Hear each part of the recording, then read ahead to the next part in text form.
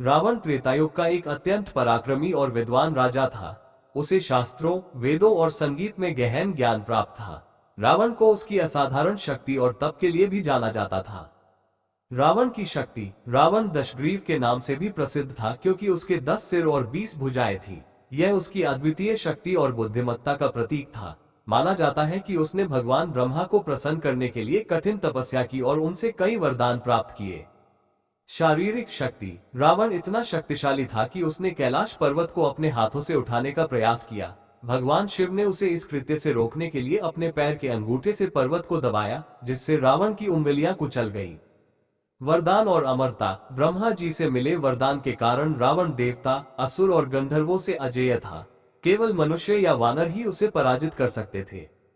युद्ध कौशल, रावण अद्वितीय योद्धा था और देवताओं को पराजित कर स्वर्ग तक पर अधिकार कर लिया था।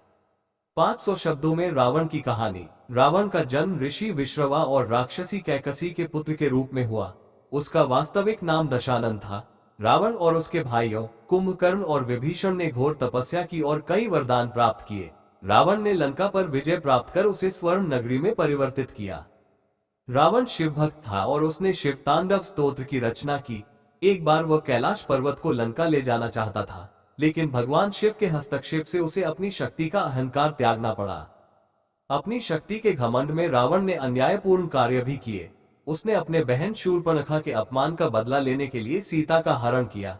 इस कारण राम और रावण के बीच भयानक युद्ध हुआ। रावण ने अपने बल और बुद्धि से राम के साथ लंबा युद्ध किया, लेकिन अंततः राम ने अपने धनुष और ब्रह्मास्त्र के प्रयोग से रावण का वध कर दिया। रावण का महत्व, रावण को केवल एक खलनायक के रूप में देखना उचित नहीं है। वह एक महान विद्वान, संगीतज्ञ और शक्तिशाली राजा था। उसकी कथाएं हमें ये सिखाती हैं कि अत्यधिक अहंकार और अन्याय का अंत निश्चित है। रावण के गुण और अवगुण दोनों हमें जीवन में संतुलन बनाए रखने का संदेश देते हैं।